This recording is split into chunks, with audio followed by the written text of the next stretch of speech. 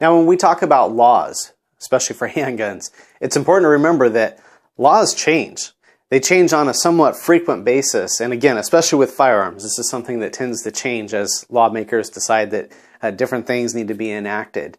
So, in order to get through this section of the training, you're going to need to read through the attached download that talks more specifically about current laws.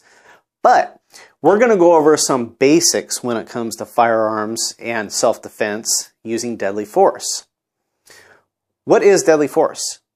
Well, deadly force is, for all intents and purposes, and somewhat it's worded in similar ways throughout different states and jurisdictions, is that it means the intentional application of something that is reasonably likely to cause death or serious physical injury.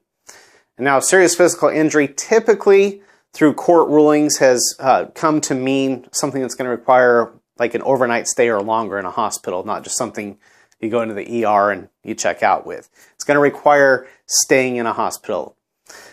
So, deadly force is something that is reasonably likely to cause that or death to somebody else. So when can you use deadly force?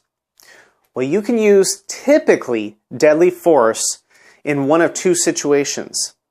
You can either use it to stop an imminent, reasonable threat of death or serious bodily harm to yourself, or an imminent, reasonable threat of death or serious bodily harm to somebody in your immediate vicinity.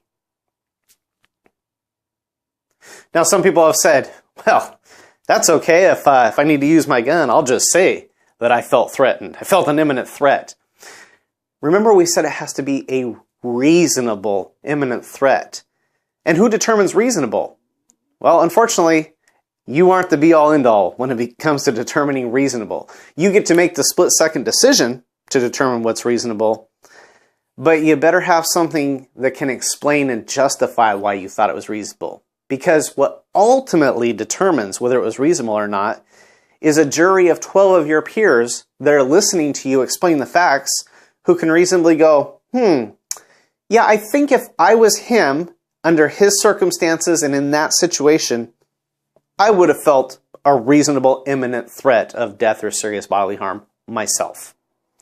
So that's what we mean by reasonable. It has to be something that others believe is reasonable, not just what you say you think is reasonable.